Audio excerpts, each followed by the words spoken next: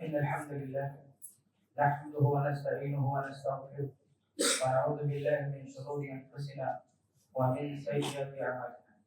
من يهده الله فلا مضل له ومن يضلله فلا هادي له، وأشهد أن لا إله إلا الله وحده لا شريك له، وأشهد أن محمدا عبده ورسوله. يا أيها الذين آمنوا اتقوا الله حق تقاته ولا تموتن إلا وأنتم مسلمون. يا أيها الناس اتقوا ربكم الذي خلقكم من نفس واحدة وخلق منها زوجها وبث منهما رجالا كثيرا ونساء، واتقوا الله الذي تساءلون به والأرحام إن الله كان عليكم رقيبا. يا أيها الذين آمنوا اتقوا الله وقولوا قولا سديدا يصلح لكم أعمالكم ويغفر لكم ذنوبكم، ومن يطع الله ورسوله فقد فاز فوزا عظيما. أما بعد، فإن أصدق الحديث كتاب الله، وأحسن الهدي هدي محمد صلى الله عليه وسلم، وشر الأمور محدثاتها، وكل محدثة بدعة، وكل بدعة ضلالة، وكل ضلالة في النار. محترم سامعین سامعات، آج کی اس خطبے میں انشاءاللہ تبارک و تعالیٰ اس موضوع پر کچھ باتیں رکھنی ہیں، وہ ہے اسلام کا نظریہ اعتدال. اعتدال، وسطیت، میانہ روی، حق اور انصاف، سچائی، یہ سب ایک ہی چیزیں ہیں. اور ہمارا جو دین ہے وہ مکمل وسطیت اور اعتدال پر ہی مبنی ہے. اللہ رب العالمین نے قرآن کریم میں فرمایا کہ وَجَعَلْنَاكُمْ أُمَّةً وَسَطًا، کہ ہم نے تمہیں امت وسط بنایا. اللہ کے نبی صلی اللہ علیہ وسلم کی حدیث صحیح بخاری میں آپ نے اعتدال، وسطیت کا حکم دیتے ہوئے فرمایا وَالْقَسْطَ تَقْوَى، یعنی قسط، وسطیت اور اعتدال کو لازم پکڑو، اسی میں تمہارے لیے کامیابی ہے. تو قرآن و حدیث میں بے شمار نصوص ہیں جس میں اعتدال کی تعلیم ہے، وسطیت کی تعلیم ہے، حق پرستی کی تعلیم ہے. ہم انشاءاللہ آپ کے سامنے کوشش کریں گے کہ اس حوالے سے 10 اصولی باتیں آ جائیں. باتیں تو بہت ساری ہیں، لیکن اس مختصر وقت میں کوشش ہوگی کہ اسلام نے اعتدال پر رہنے کے لیے اور اس پر باقی رکھنے کے لیے جو اصولی باتیں بتائی ہیں جن پر ہم چلتے ہیں تو ہمیں اعتدال نصیب ہوتا ہے.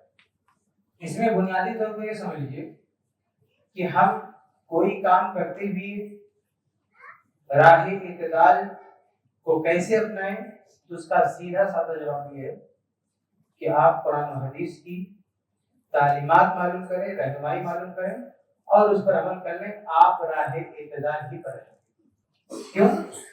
کیونکہ یہ پورا دین اعتدال پر مبنی ہے.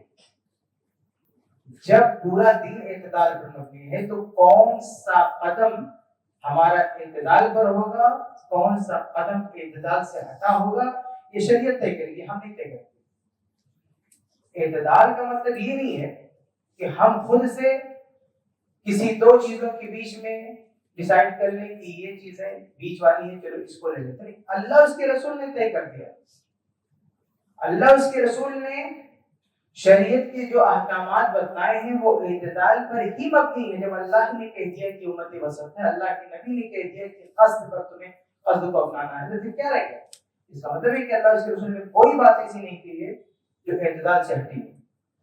اگر ہم قرآن و حدیث کی کسی بات کو اعتدال سے ہٹا ہوا سمجھتے ہیں تو ہمارے من میں کھوٹ ہے، ہم اپنے ایمان کی خیر منائیں. تو یہ جو سوال ہے نا کہ اعتدال کا راستہ کون سا ہے، اس کا سیدھا سادہ جواب یہ ہے کہ اعتدال کا راستہ وہ ہے جو اللہ نے بتایا ہے، رسول نے بتایا ہے.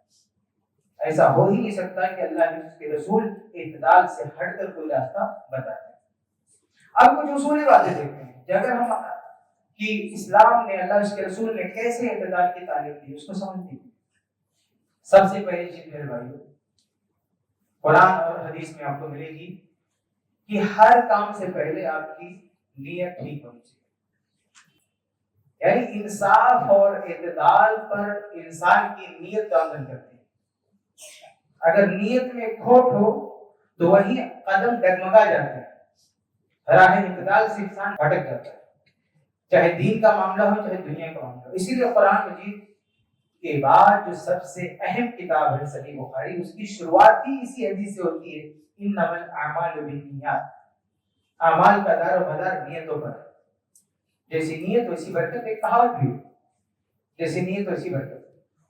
تو اگر دین کے حوالے سے ہماری نیتیں درست ہوں، ہم مخلص ہوں، تو ہم راہ اعتدال کریں گے۔ دنیاوی معاملات میں بھی کسی کے ساتھ آپ معاملہ کریں، جہاں آپ کی نیت میں نفاق، غداری، اور جہاں بھی آپ کے دل میں کوئی کھوٹ بسا، آپ کا قدم ٹھیک نہیں اٹھے گا، آپ راہ اعتدال سے بھٹک جائیں گے۔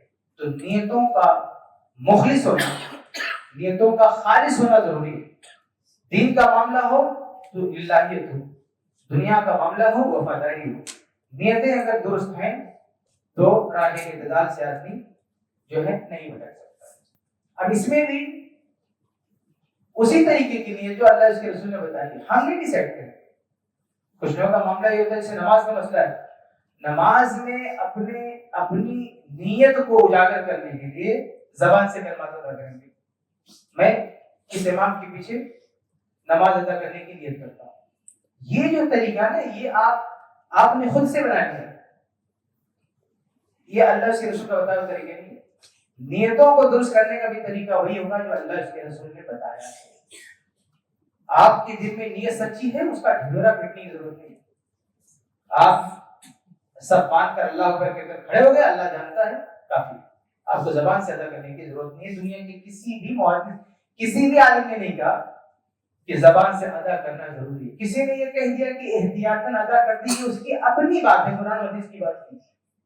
دنیا کا کوئی آدمی کلیم نہیں کر سکتا، کتنا بڑا عالم کیوں نہ ہو، جاہل کے سامنے بھگتر کیوں ہو، لیکن عالم کے سامنے بیٹھے گا تو کبھی نہیں کہہ سکتا کہ قرآن و حدیث سے میں بتا رہا ہوں، کہ زبان سے نہیں کرتا۔ ایسے ہی اگر آپ کے اندر نیت ٹھیک ہے تو آپ کو بلا جن چیزوں میں آپ مخلص ہیں تو اخلاص پر گھمنڈ کرنے کی بھی ضرورت نہیں۔ سب کو بتا، ایک تو یہ نا کہ کچھ لوگ نماز کے پیچھے، امام کے پیچھے کھڑے ہو کہتے ہیں کہ میری نیت کہاں پڑھنی ہے۔ کچھ لوگ کیا ہے، امام کے پیچھے نہیں، نماز پڑھیں گے، روزہ رکھیں گے، سب کچھ، اور جگہ جگہ ڈھنڈورا پیٹیں گے کہ ہم مخلص ہیں، ہماری نیت صاف۔ بھائی آپ کی نیت کیا ہے؟ یہ آپ کا اور اللہ کا معاملہ ہے، لوگوں کو کیوں بتا رہے ہو؟ لوگ آپ کا ظاہری حالت دیکھ کر فیصلہ کریں گے، آپ کے دلوں میں اتر کر کبھی فیصلہ نہیں کریں گے۔ اس لیے آپ کو یہ کہنے کی ضرورت نہیں ہے کہ ہم مخلص ہیں۔ آپ مخلص ہو کیا، اللہ اور رب کا ہوتا ہے، لیکن قوم لوگ فیصلہ کریں گے تو آپ کی چال، آپ کی سیرت دیکھ کر۔ تو نیتوں کے بارے میں اللہ نے اسی لیے نیتوں کو پر ابھارا اللہ کے رسول نے کہ ہماری نیتیں خالص ہونی چاہیے، اور یہ دل، اس کی جگہ دل ہے، زبان سے ہم کو نہیں۔ آگے بڑھتے ہیں، دوسری چیز ہے علم۔ دوسری وجہ جہاں آدمی راہ اعتدال سے ہٹ جاتا ہے، بھٹک جاتا ہے، اس کے پاس معلومات نہیں، اس کے پاس علم ہونا چاہیے۔ بغیر علم کے کسی معاملے میں دخل نہیں دینا چاہیے، خاص طور سے دین کا معاملہ ہے تو وہاں بہت ضروری ہے، بلکہ اسلام نے فرض قرار دیا ہے، طلب العلم فریضۃ علی کل مسلم۔ اگر آپ دینی حوالے سے چاہتے ہیں کہ آپ اعتدال کی راہ پر چلیں تو آپ کے پاس علم ہونا چاہیے، سچا علم ہونا چاہیے، اور علم میں بھی توازن ہونا چاہیے، اور اس سے استفادے کا جذبہ ہونا چاہیے۔ ایک طرف اگر جہالت ہے تو بھی آدمی گمراہ ہو جائے گا، اور اگر علم کی طرف گیا اور علم کلم سب کچھ پڑھ رہا ہے، سب کچھ سیکھ رہا ہے، کوئی آدمی چھوٹا بڑا بدعتی غیر بدعتی سب کو سن رہا ہے، سب سے علم لے رہا ہے، وہ بھی گمراہ ہے۔ ایک آدمی جو ہاتھ پیر سمیٹ کے بیٹھا ہوا ہے وہ بھی گمراہ ہے، اور ایک آدمی جو علم لینے کے لیے ہر دروازے پر پہنچ گیا ہے وہ بھی گمراہ ہے۔ صحیح راہ اعتدال، طالب علم میں بھی راہ اعتدال یہ ہے کہ آپ سچے لوگوں سے، علماء حق سے علم حاصل کرو، اور علم حاصل کرنے کے بعد اس سے استفادہ کرو۔ اللہ سورہ فاتحہ میں جو اللہ تعالیٰ نے کہا غیر المغضوب علیہم ولا الضالین، تو ظالم کون ہے؟ نصارا، جہالت کی وجہ سے گمراہ ہوئے، اور مغضوب علیہم کون ہے؟ یہود، ان کے پاس علم تھا لیکن اس پر انہوں نے عمل نہیں کیا، وہ گمراہ ہوئے۔ تو دوسرا جو اصول ہے جو آپ کو اعتدال کی راہ میں گامزن کرے گا، وہ آپ کا آگاہ ہونا ہے، آپ کا علم والا ہونا ہے، آپ کا صاحب علم والا، عقیدے کا مسئلہ ہو، عبادت کا مسئلہ ہو، ہر معاملے میں ہمارے پاس دین کا علم ہونا چاہیے، اور یہ اللہ نے فرض کرا دیا۔ ہم یہ نہیں کہتے کہ علم میں مہارت حاصل کرنا، جو علماء جس درجے پر پہنچ کے عبادت کرتے ہیں اس درجے کا علم آپ کے لیے ضروری ہے، لیکن جو عبادتیں ہیں، جو عقیدے ہیں، جو آپ کو جاننا ضروری ہے، اس کے تعلق سے معلومات آپ کے پاس ہونا چاہیے، ورنہ آپ راہ اعتدال سے بھٹک جائیں گے۔ تو یہ دوسرا جو ہے اصول ہے کہ علم ہمارے پاس ہونا چاہیے۔ آگے بڑھتے ہیں۔ تیسرا اصول کیا ہے میرے بھائی؟ اگر راہ اعتدال میں آپ کو گامزن رہنا ہے تو اسلام میں تیسرا اصول کیا ہے؟ اتباع۔ کس کی؟ قرآن و حدیث کی۔ اطیعوا اللہ و اطیعوا الرسول ولا تبطلوا اعمالکم، اللہ اس کے رسول کی اطاعت کرو۔ اللہ کے نبی صلی اللہ علیہ وسلم نے بھی صحیح بخاری کی حدیث ہے کہ ما امرتکم بہ فأتوا منہ ما استطعتم، جو کچھ بھی ہم نے حکم دیا ہے جتنا ہو سکے اس پر عمل کرو۔ تو اللہ اس کے رسول کی اطاعت میں رہیں گے، اتباع میں رہیں گے، تو آپ راہ اعتدال پہ گامزن رہیں گے۔ اور یہ اتباع اللہ کے رسول دین پر چلنے کے معاملے میں یہ معتدل راستہ بھی وہی اتباع ہے۔ اس سے ہٹ کر آپ دیکھیں دو راستے اور آپ کو ملتے ہیں، ایک تقلید کا راستہ ہے اور ایک تعقل پسندی کا راستہ ہے۔ تقلید کا مطلب یہ ہے کہ ہم اپنا دماغ نکال کے تاپ کے رکھ دیں گے اور ایک آدمی کا ہاتھ پکڑ کے چلتے بنیں گے، اور ایک دوسرا راستہ کیا نہیں کہ ہم سب کچھ اپنے دماغ ہی سے سیکھیں گے، یعنی ہمارا دماغ کیا کہتا ہے وہی کل کائنات ہے، باقی دنیا کیا کہتی ہے، صحابہ کیا کہتے ہیں، علماء کیا کہتے ہیں، کوئی لینا نہیں۔ یہ دونوں راستہ کو رائی ہے۔ اعتدال یہ ہے کہ آپ اپنی عقل بھی استعمال کرو، قرآن و حدیث کے دلائل بھی دیکھو، علماء کے تجربے سے بھی آپ استعمال کرو، اور اتباع کا جذبہ ہے۔ جہاں قرآن و حدیث کی کہ دلائل آپ کو نظر آتے ہیں، دلائل کا وزن آپ کو دکھتا ہے، وہ آپ کو ماننا ہے، نہ آپ کو تقلید کی راہ پر چلنا ہے اور نہ آپ کو تعقل پسندی عقلانیت کی راہ پر چلنا ہے کہ ہم سب کچھ اپنی عقل سے طے کریں گے، اور نہ یہ کہ کوئی ایک آدمی ہمارے لیے سب کچھ طے کرے گا۔ نہیں، طے شریعت کرے گی، قرآن و حدیث سے طے ہوگا، اور پھر قرآن و حدیث کو سمجھنے کے لیے صحابہ کرام ہمارا معیار ہے۔ تو تیسری چیز میں کہہ رہا تھا کہ اتباع۔ آگے بڑھتے ہیں۔ چوتھی چیز ہے میرے بھائیوں استقامت، کہ اگر دین کا علم ہمارے پاس آ گیا ہے، دین کا عقیدہ ہمارے پاس آ گیا ہے، تو کیا ہونا چاہیے؟ اس پہ استقامت، اس پہ ہم ڈٹے رہیں۔ اللہ تعالیٰ نے قرآن مجید میں کہا ان الذین قالوا ربنا اللہ ثم استقاموا، جن لوگوں نے کہا کہ ہمارا رب اللہ تعالیٰ ہے پھر اسی پر ڈٹے رہے، جو پختہ عقیدہ اور یقین ہمارے پاس، ہمیں اس سے ہٹنا نہیں۔ حدیث میں بھی یہ ہے، صحیح مسلم کی حدیث ہے کہ ایک صحابی نے اللہ کے رسول صلی اللہ علیہ وسلم سے پوچھا قل لی فی الاسلام قولا، کہ ہمیں اسلام میں صرف ایک بات بتا دیجیے کہ اگر اس میں میں عمل کروں تو کچھ اور کرنے کی ضرورت نہ ہو۔ تو اللہ کے رسول صلی اللہ علیہ وسلم نے فرمایا کہ قل آمنت باللہ ثم استقم، کہ کہو کہ میں اللہ پر ایمان لایا، ثم استقم، پھر اسی پر ڈٹے رہو۔ ایمان لے آئے تو ڈٹے رہو، ایسا نہ ہو کہ ایمان ہی نہیں ہے، اور اگر ایمان لے آئے تو پھر چند دنوں کے لیے، اور جب بھی جیسے قیامت کی نشانی ہے کہ یہ وقت آئے گا، اللہ نے فرمایا کہ یمسح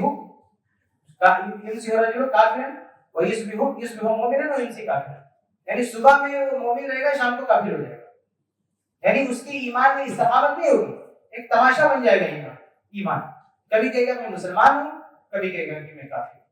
تو نہیں، آپ صاحب ایمان ہیں تو کوئی بھی حالت آپ کو اس سے نہیں نہ سکتی، آپ چٹان کی طرح سے اس پہ جمے رہیں، یہی راہ اعتدال ہے۔ یہ راہ اعتدال نہیں کہ آپ ایمان سے سودا کریں، آپ ایمان کی بالکل یہ جو ہے ایمانداروں سے ضد جو ہے اپنا نہیں، استقامت دین پر جمے رہے۔ آگے بڑھتے ہیں۔ پانچویں چیز یہ ہے کہ جو بھی اعمال صالحہ ہم کرتے ہیں اس پر مداومت ہونی چاہیے، چاہے وہ کم ہی ہو۔ یہ اعتدال کا راستہ، یہ نہیں کہ آدمی کچھ کر ہی نہیں رہا، نہ نماز، نہ روزہ، نہ حج، زکات، کچھ نہیں، اور کرنے پہ آیا تو رمضان کا مہینے آیا، رمضان میں صبح سے شام تک عبادت میں لگا ہوا، سارا کاروبار سب کچھ چھوڑ چھاڑ کے صرف عبادت میں لگا ہوا، جیسے رمضان گیا پھر چھوڑ دیا۔ یہ اعتدال کا راستہ نہیں۔ اعتدال کا راستہ کیا ہے؟ صحیح بخاری کی حدیث ہے، اما عائشہ رضی اللہ تعالی عنہا سے سوال کیا گیا کہ اما عائشہ رضی اللہ عنہا سے پوچھا گیا کہ اللہ کے نبی صلی اللہ علیہ وسلم کی نظر میں سب سے محبوب عمل کون سا تھا؟ تو عائشہ رضی اللہ عنہا نے جواب دیا کہ ادومها وان قل، کہ جو جس پہ مداومت اختیار کی جائے گرچہ وہ کم ہی کیوں نہ ہو، بلکہ یہ بات اللہ کے نبی صلی اللہ علیہ وسلم کے حوالے سے بھی صحیح بخاری میں اب عائشہ رضی اللہ تعالی عنہا کی روایت کرتے ہیں کہ اللہ کی نظر میں سب سے محبوب عمل کیا ہے، یہ نہیں کہ آپ ایک مہینے کے لیے سب کچھ چھوڑ چھاڑ کے صبح شام عبادت کریں گے، یہ اللہ پسند ہے۔ اللہ کو کیا پسند ہے؟ ادومها وان قل، وہ عمل جو برابر کیا جائے، مستقل کیا جائے، چاہے وہ کم ہی کیوں نہ ہو۔ تو یہ اعتدال کا راستہ ہے، یہ نہیں کہ آپ کچھ بھی نہیں کر رہے ہیں، بچپن گزر گیا، جوانی گزر گئی، کچھ نہیں کیا، اور کبھی جوش آیا تو سب کچھ کرنا شروع کر دیا، پھر ٹھنڈے ہو گئے، تو آپ سیدھے راہ پہ رہ ہی نہیں سکتی، یہ ممکن ہی نہیں۔ ہمیشہ وہ عمل انجام دیں جس کو آپ ہمیشہ لے کر چل سکتے ہیں، مداومت اختیار کریں، یہ جو ہے پانچواں اصول۔ آگے بڑھتے ہیں۔ چھٹا اصول یہ ہے کہ خیر اور حکمت کے ساتھ ہر عمل انجام دیں، حکمت کے ساتھ کوئی بھی ایسا قدم نہ اٹھائیں جہاں فائدے کے بجائے نقصان ہو جائے، گرچہ وہ قدم اٹھانا آپ کے لیے بہت اچھا لگتا ہو، قرآن و حدیث میں اس کی گنجائش بھی ہو، سب کچھ ہو، جائز ہو، بہتر بھی ہو، لیکن اگر آپ کو لگتا ہے کہ ان حالات میں اگر ہم نے یہ ایک نیکی حاصل کرنے کی کوشش کی تو 10 نیکیوں سے ہاتھ دھونا پڑے گا، تو اس سے بہتر ہے کہ 10 نیکیاں آپ بچائے رکھیں اور اس ایک نیکی کو پھیلانے کے چکر میں اس کی قربانی نہ۔ اس کی بہت ساری مثالیں ہو سکتی ہیں، مستقل اپنے آپ میں موضوع ہے کہ حکمت کے ساتھ دعوت دینا، حکمت کے ساتھ کوئی بات کہنا، وہ کیا؟ دیکھیے ایک مثال میں آپ کو دوں، ابھی ایک بھائی ذکر کر رہے تھے کہ کوئی رمضان میں روزہ رکھتا ہے لیکن نماز نہیں پڑھتا، روزہ رکھتا ہے لیکن نماز نہیں پڑھتا۔ اب اس کو سمجھانے کا راستہ کیا ہے؟ حکمت کا راستہ۔ حکمت کا راستہ یہ ہے کہ آپ روزہ رکھنے پہ ملامت نہیں کرو گے، ہاں جو نماز نہیں پڑھتا اس پہ آپ ملامت کریں، آپ اس کو نماز کی طرف بلائیے، لیکن یہ کہنا، اس کو تانا دینا کہ تو بے نمازی ہے، کس منہ سے روزہ رکھتا ہے، نہیں، یہ ٹھیک، وہ تو روزہ بھی چھوڑ کے بیٹھے گا، تو نتیجہ کیا ہوگا کہ آپ اصلاح کرنے چلے تھے، الٹا اور آپ نے اس کو بگاڑ دیا، یعنی ایک کام وہ ٹھیک کر رہا تھا، آپ نے اس کو اور برباد کر دیا، اور اس کا بھیانک انجام صرف اس کے ساتھ نہیں ہے، آپ کے ساتھ۔ آپ کا معاملہ کیا ہے؟ آپ کا معاملہ یہ ہوگا، صحیح مسلم کی حدیث ہے کہ من سن فی الاسلام سنۃ حسنۃ، جو اسلام میں ایک اچھا طریقہ رائج کرے گا، تو جو اچھا طریقہ مطلب بنا کے نہیں، اللہ اس کے رسول نے جو اچھا طریقہ بتایا ہے اس کو امپلیمنٹ کرے گا، اچھا طریقہ بنانے کی سننا ہے، احدثہ نہیں ہے، حدیث میں نہیں کہ من احدث جو ایجاد کرے، نہیں، حدیث میں من سننا جو جاری کرے، آلریڈی ایجاد ہو چکا ہے، بن چکا ہے، اللہ اس طرح بنا چکے ہیں، آپ کو صرف امپلیمنٹ کرنا ہے، آپ کی تنفیذ کرنا ہے۔ تو جو کسی اچھے طریقے کو نافذ کر دے، کسی سے عمل کروا لے اچھے طریقے پر، تو جو عمل کر رہا ہے اس کو تو 100 ملے گا، جو عمل کروا رہا ہے، جس نے اس کی رہنمائی کی ہے، گائیڈ کیا ہے، اس کو بھی 100 ملے گا۔ لیکن آگے حدیث میں کیا ہے؟ من سن سنۃ سیئۃ، اور اگر کسی برے راستے پر کسی کو ڈال دیا تو وہ اس برے راستے پر گیا، اس کو تو گناہ مل رہا ہے، لیکن جس نے اس کو اس برے راستے پر ڈالا اسے جو ہے گناہ ملے گا، کیونکہ اس نے کیوں اس کو اس برے راستے پر ڈالا۔ تو اگر کوئی آدمی روزہ رکھ رہا تھا، نماز نہیں پڑھ رہا تھا، آپ نے روزہ بھی چھڑوا دیا اس کو، تو اس برے راستے پر اس کو ڈالنے والے آپ ہیں، روزہ چھوڑنے کا اس کو تو گناہ ملے گا، اس مبلغ کو، اس تبلیغی کو بھی گناہ ملے گا کہ اس کو سمجھانے کی ضرورت ہے۔ سمجھ لیں؟ یہ معاملہ بڑا خطرناک ہوتا ہے، اس میں بھی حکمت کی ضرورت ہے۔ صحیح سنن نبی داؤد کہہ رہی ہے نا کہ بنو اسرائیل میں 2 لوگ تھے، احدہما مجتہد فی العبادۃ والآخر مذنب، ان میں سے ایک بڑا عبادت گزار تھا اور دوسرا گنہگار تھا۔ جو عبادت گزار تھا یہ بار بار اس کو گنہگار کو ٹوکتا تھا کہ تو نیکی نہیں کرتا ہے، یہ نہیں کرتا، وہ نہیں کرتا، سمجھاتا تھا۔ ایک دن اس کو غصہ آ گیا، جو گنہگار تھا، اس نے کیا کہا؟ ابو علیہ رقیبہ، تو میرا ٹھیکیدار بن کے پیدا ہوا، جب دیکھو جب مجھے ٹوکتا رہتا، اب اس کو تبلیغ کا نشہ چڑھا ہوا تھا، اس نے وہ جوش میں آ گیا، اپنے آپ کو ولی اللہ سمجھ رہا تھا۔ آج بھی کچھ لوگ ہیں نا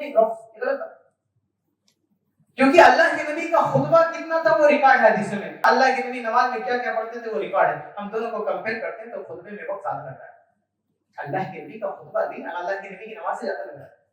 آپ سورہ قاف پڑھتے تھے اس میں بھی کتنا ٹائم جاتا ہے، خطبہ حاجہ پڑھتے ہیں اس میں کتنا ٹائم جاتا ہے، اس میں دعا وغیرہ ملائیں اور پھر نماز سے کمپیئر کریں. ایک حدیث میں ایک چیز لکھی ہوئی کہ خطبے میں کیا کہا نماز میں کیا پڑھا، ہم دونوں کو کمپیئر کرتے ہیں تو جو ریکوائرڈ ٹائم ہے نماز خطبے کے لیے وہ زیادہ ہے، اس لیے یہ تشریح غلط.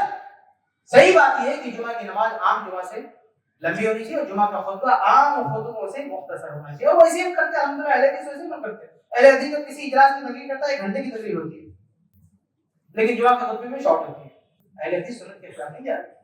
اہل حدیث کی جمعہ کی نماز ظہر کی نماز پڑھتا ہے مختصر ہوتی ہے، جمعہ کی نماز لمبی ہوتی ہے، اس سے ظہر سے کمپیئر کریں. یہ صحیح بات. بہرحال بات دوسری پہ جاری، میں یہ کہہ رہا تھا کہ جو قصد و اعتدال، قصد و وسطیت، اللہ کے نبی صلی اللہ علیہ وسلم کا نماز بھی درمیانی ہوتی تھی جمعہ کی نماز، اور جمعہ کا خطبہ بھی درمیانی. یہ اصول ہر جگہ ہے. آپ عقائد کے معاملے میں دیکھیں، عقیدہ، کچھ لوگ ہیں دہریہ، اللہ کو سرے سے مانتے ہی، اب کچھ لوگوں کی نظر میں ہر چیز معبود، ہر کنکر بے شنکر، ہر جگہ انہوں نے ایک معبود بنا کے رکھا ہے. لیکن اسلام ایسا نہیں. اسلام نہ تو یہ کہتا ہے کہ ساری سرے سے کوئی معبود ہی نہیں ہے، نہ یہ کہ ہر ایک کو معبود بنا لو، بلکہ اسلام کہتا ہے لا الہ الا اللہ، کہ معبود ہے لیکن وہ صرف یہ عقیدے میں بھی جو ہے آپ دیکھیں کہ ہمیں اعتدال اور وسطیت کی تعلیم دی گئی. عبادات میں بھی آپ دیکھیں کہ عبادات میں بھی وسطیت کی تعلیم دی گئی ہے. اتنی تعلیم، اتنا خود اللہ نے قرآن میں کہا لا یکلف اللہ نفسا الا وسعها، اللہ تعالیٰ اتنی ہی جو ہے عبادت کا حکم دیتا ہے یا حکم یا مکلف کرتا ہے جتنا آدمی کی طاقت ہے. اس لیے اپنی طاقت سے بڑھ کے عبادتوں کا بوجھ اپنے اوپر نہیں لانا. جتنا اللہ نے بتایا ہے اتنا کرنا چاہیے، اللہ نے جو ہے اس میں بیان رکھا. مال کمانے میں بھی آپ دیکھیں، ملکیت میں، اموال میں آپ دیکھیے اس وقت دنیا میں کچھ لوگ جو ہے اشتراکی نظام کی بات کرتے ہیں، کچھ لوگ سرمایہ دارانہ نظام کی بات کرتے ہیں کہ بھائی حکومت ہی سب ساری چیزوں کی مالک ہو، پھر ایک طرف ہے کہ نہیں عوام کو بنا دو.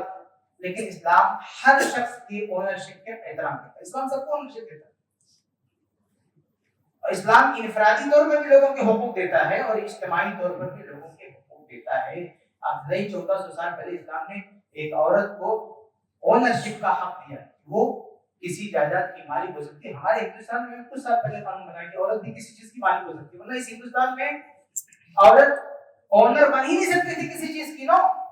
وہ اپنے شوہر کے انڈر میں ہوتی تھی، اس کی کوئی اونرشپ ہوتی نہیں تھی. تو جلدی بھی قانون بنا 1400 سال پہلے اسلام نے کر دیا کہ ایک بیٹی کا باپ کے مرنے کے بعد اس کے وراثت میں اتنا حصہ ہے، جو بھی اس کی جائیداد اس کے خود کی اپنی، اس کے خود کے، اس کے زیورات سب اس کے اپنے، دوسرا اس کا مالک ہے، وہ جو چاہے کرے. تو اس میں کمانے میں بھی، کسب میں بھی جو بیانہ بات ہے وہ اللہ تعالی اللہ اس کے رسول نے ارشاد فرمائی. انفاق میں بھی قرآن کی بہت ساری آیتیں وقت نہیں ہے جس میں اللہ کے نبی نے اللہ تعالیٰ فرماتا ہے کہ نہ تو بخیل بنو اور نہ اسراف کرو، نہ فضول خرچی ہونی چاہیے کہ مال ضائع کر دو کما کے، اور نہ ہاتھ بندھے ہونے چاہیے کہ اللہ کی راہ میں پیسے نکلے گی نہ، بلکہ آپ کماؤ بھی اور بچاؤ بھی، اپنے لیے بھی استعمال کرو اور اللہ کی راہ میں بھی جو ہے استعمال کرو. غرض یہ کہ ہر معاملے میں آپ دیکھیں گے تو قصد و وسطیت آپ کو ہر جگہ ملے گی، چاہے وہ عبادت کا مسئلہ ہو، چاہے وہ عقیدے کا مسئلہ ہو، چاہے وہ معاملات کا مسئلہ ہو، چاہے وہ انفاق کا مسئلہ ہو، چاہے کھانے پینے کا مسئلہ ہو. کھانے پینے کے مسئلے میں دیکھیے ایک طرف کچھ لوگ ہیں جو کہتے ہیں کہ ہم کوئی جاندار کھا ہی نہیں سکتے، کوئی جاندار نہیں کھا سکتے. دوسری طرف کہتے ہیں کہ ہم سب کچھ کھا سکتے چاہے سانپ بچھو بنا. اسلام کہتا نہیں، اسلام سلیکٹ کرتا ہے کہ جو مخصوص جانور ہے تمہارے لیے مفید ہے ان کو کھا سکتے ہو، باقی سب کو نہیں کھا سکتے. تو معقولات میں بھی آپ دیکھیں گے کپڑا پہننے کے بارے میں کچھ لوگ آپ بالکل ننگا دیکھتے ہیں، کپڑا ہی نہیں پہن رہے، اس کو بہت بڑا کام ہو رہا ہے. تو اور کچھ لوگوں کا کپڑا پہننے کا انداز بھی الگ ہوتا ہے. اسلام نے ایک جو ہے بیچ کی تعلیم دی، نہ تو ننگا رہنے کا اور نہ کہ پوری طرح سے آپ جو ہے خود کو پیک کر لیں. کپڑا جو مناسب ہے، جتنا ہونا چاہیے آپ کے بدن پہ جتنی ضرورت ہے اتنا کپڑا. یعنی کہ اللہ نے بہت پیسہ دیا تو مطلب تہبتے 4-5 پہن لو بادشاہوں کی طرح سے نہیں، نہ تو اسراف کرو نہ بالکل ننگے رہو. جو ضرورت ہے اس کے مطابق کپڑا پہنے. تو بہرحال ہر چیز میں آپ دیکھیں گے تو جو ہے اعتدال کی تعلیم. آگے بڑھتے ہیں. ایک نئی چیز ہے اور وہ ہے لا ضرر ولا ضرار. یہ باقاعدہ حدیث ہے کہ اسلام کہتا ہے کہ نہ تو کسی کو نقصان پہنچانا ہے جان بوجھ کر، نہ انجانے کسی بھی طرح سے کسی کو نقصان نہیں پہنچا سکتے، چاہے وہ عبادت تھی یا نیک نیتی سے کوئی قدم اٹھائے.